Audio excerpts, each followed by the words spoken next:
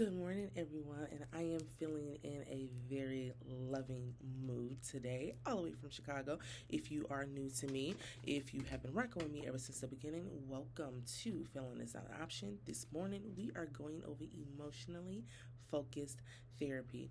And this is by Sue Johnson. I had a lot of people tell me that this was one of the models that they felt was kind of like very hard to grasp, but it's not once I break it down to you and, show you in a different way of how you view this model. So one of the primary roles of the therapist, she's empathic, or he, sorry, not just she. I'm thinking about Sue Johnson because she's the creator of emotionally focused therapy. Empathic, non-judgmental, and very collaborative. And also keep in mind, this model draws from the attachment theory. I've seen questions that ask about which model does emotionally focused therapy draw from, and it is in fact the attachment theory. I'm also going to do a video for the attachment theory so that you can go just a little bit more deeper into that model and how it connects with emotionally focused therapy, okay? These are just some of the simple goals of emotionally focused therapy. But when you get to the phases of therapy, it gets kind of heavy with the phases. But these are just your simple goals. We are just recognizing key emotional responses within that relationship, right? And then we need to make those shifts of those interaction, cycles that continue to happen within the relationship in order for the couple to reach a more secure bond between the two of them. Recognizing key emotional responses that is continuing to keep that couple in those negative interaction cycles in order to foster and create a more secure bond between the partners. That is the goal of emotional focused therapy. I hope that makes sense to everyone. These are some of the key terms. Now, don't pay attention to my screen. Read the screen if you want to. Pause the screen if you would like to. I'm fine with that. But just listen to the sound of my voice. Attachment is one of the key terms. We know what attachment is, right? When it comes to the bonds that we have with everyone. But we have these bonds that are created when we were little kids. Comes from our childhood and then how we are in our adulthood with how we are with other people in the relationship that we have, right? In a relationship, partnership, whatever you want to call it, sometimes attachment injuries can occur. Those are those hurt feelings, emotional wounds, scars that are created when that person was unavailable to you or they abandoned you during your time of a need that was like catastrophic to you. And when you needed your partner wasn't there for you. Those are attachment injuries, right? And then sometimes, like when we have those attachment injuries that can occur, we get those negative cycles and those cycles of disconnections, which is just the patterns that we have in our relationship. That's conflict, emotional distancing, stonewalling, so to speak, the criticism that we have with our partners, yelling and screaming and arguing. But sometimes it's kind of like it's subconscious, right? We don't even know that it's happening, but we're stuck in it and it just continues to happen, right? So then we take a look at our primary emotions. Now, our primary emotions are the ones that we hide. These are the emotions that no one can see. That's the deep, deep, deep feelings of sadness, fear, things of that nature. But your secondary emotions is the one that you show people. That's your anger, your frustration, irritability, you're irate. Primary is hidden. Secondary, people see it, okay? Those negative cycles I was talking about, that's the pursuer withdraw pattern. Think of it this way. This is how I understood this. It's just like this person is chasing after you and the other person is running, that's the pursuer withdrawal pattern. Other person is seeking that closeness, but the other person is like, no, leave me alone. I don't want that right now. Please just don't talk to me right now, right? Person is pursuing and the other one is kind of like walking away because they don't want it. These are your key terms for emotionally focused therapy. It's not as scary as it may seem, right? But here we go. This is the phases of therapy. Take a deep breath, pause the screen if you want to. It's just a lot of steps to it. That's it. That's all. Here is the thing. One of the things that I did was, when it comes to the phases of therapy, apply it to the goals of emotionally focused therapy. And the goals and the phases of therapy run along the same lines with each other. So if we take a look at stage 1, this is your de-escalation phase. Always pay attention to the words of what you're doing in the first phases of therapy. You got create, identify, assess, and reframe. Those are your first 4 words that come with the phases of therapy for emotionally focused therapy. That lets you know it's in the early phase. Create, identify, assess, and reframe. That's how you tell. Create an alliance, identifying cycles, assess those emotions, and reframe. Create an alliance with the couple, work on those issues, take a look at those issues that may be happening, identify the negative cycles, assess emotions that are keeping the interactional cycle, and then reframe the problem. That's your first stage. Look at it that way. Don't be so hard on yourself. Create, identify, assess, and reframe. Create, identify, assess, and reframe are your first 4 stages of the early phases of therapy for emotionally focused therapy. Getting to know the family, creating an alliance, identifying the negative cycles, assessing those emotions that they just don't want to talk about, and reframing a problem. Okay? Stage 2, changing interactional patterns. We are going to promote, facilitate. We are promoting and facilitating in stage 2. Promote identification. We are going to be promoting acceptance and facilitating expressions. We are promoting and facilitating in stage 2 by changing interactional patterns. Promoting those disowned emotions. We are promoting acceptance and facilitating expression. We are promoting and facilitating and changing the interactional patterns in stage 2. Okay? Stage 3, consolidation. We are facilitating and consolidating. When it comes to the end, take a look at those words for emotionally focused therapy. You're consolidating those gains, the positive, the new cycles. They must be used in the new cycles and the new cycles of attachment behaviors to create the secure bond with the partner. Okay, so if we go through, and this is how I'm telling you, this is how I learned it. Create, identify, assess, and reframe is the first early stage of emotionally focused therapy.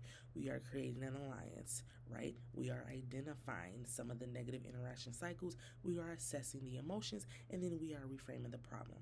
But then we need to start promoting and facilitating the expressions and the acceptance with that partner. But then that'll lead us to consolidating and facilitating the new solutions and starting to use some of those new cycles of attachment behaviors with your partner. It's not as scary as you think it is. Find a way to make it make sense. The first 4 words are going to lead you to the rest of the phases of therapy for emotionally focused therapy. I hope that makes sense to everyone. Okay, these are the interventions for emotionally focused therapy. You have heightened empathic conjectures, then you have evocative, oh my god, I always get these words mixed up, and enactment. So here's the thing. Enactments happen in emotionally focused therapy, and they also happen in what other model?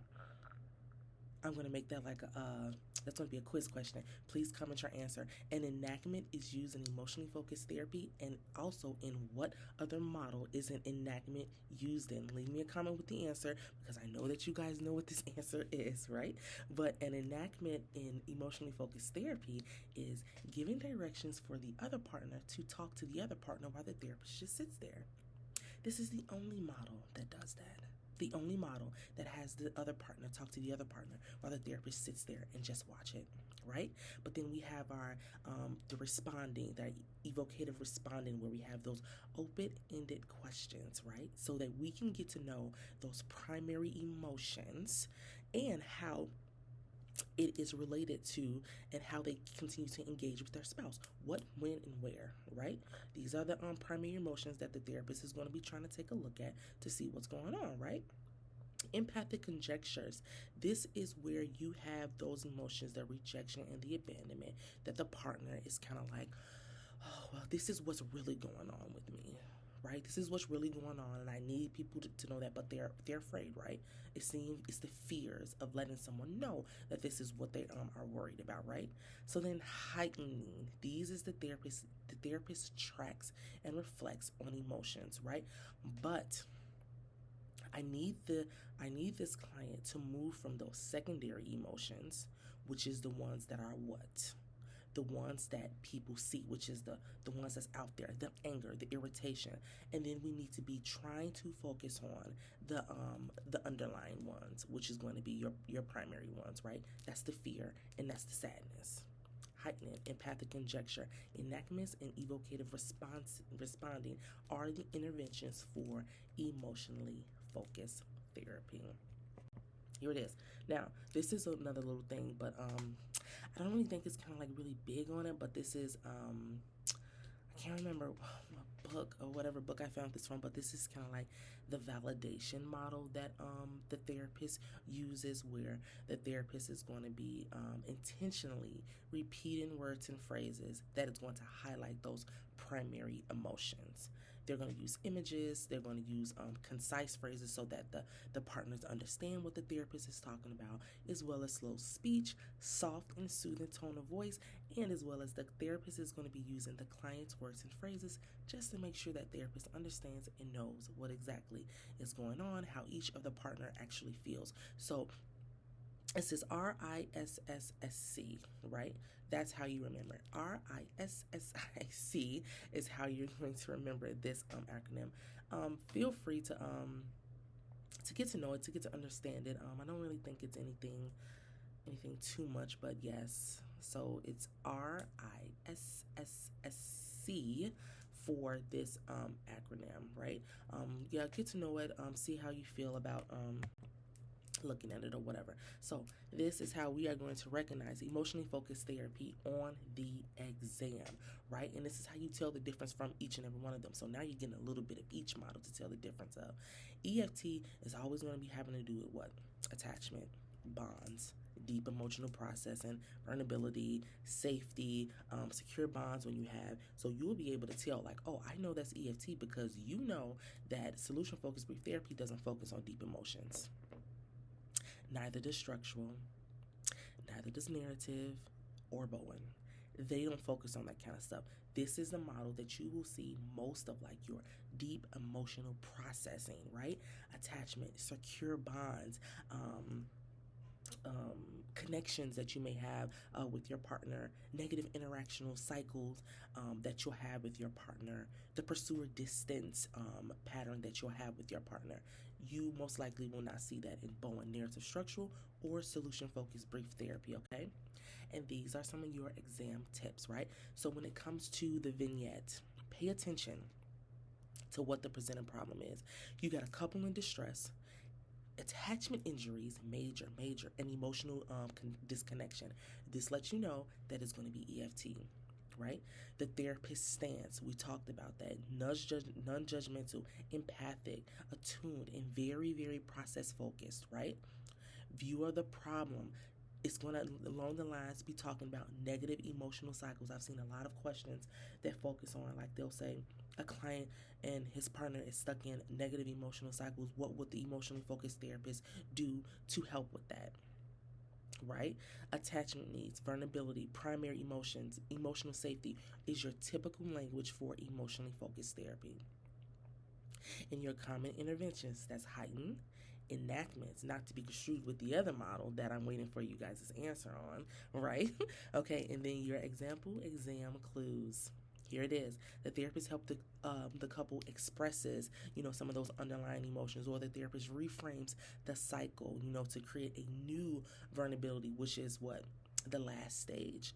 New solutions and consolidating the new emergence of the new solutions that you have with your couple. Okay, this model is not as scary as it seems, and I keep saying that. It was like that for me in the beginning too, where it was like, it's so much. It seems like it's so much with this model, but when you think about it, this model has like a flow to it. It really does have a flow when it comes to certain things.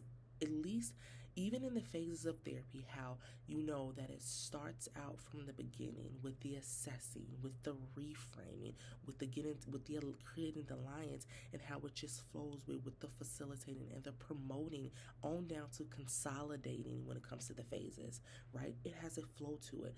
All you have to do For each model, not just this one, take it and make it make sense. Find a flow to it so that you can easily maneuver through those phases, maneuver through those interventions, maneuver through some of those key terms, those phases, those words, so that it can become much more easier for you to understand, for you to gain clarity and understanding of it.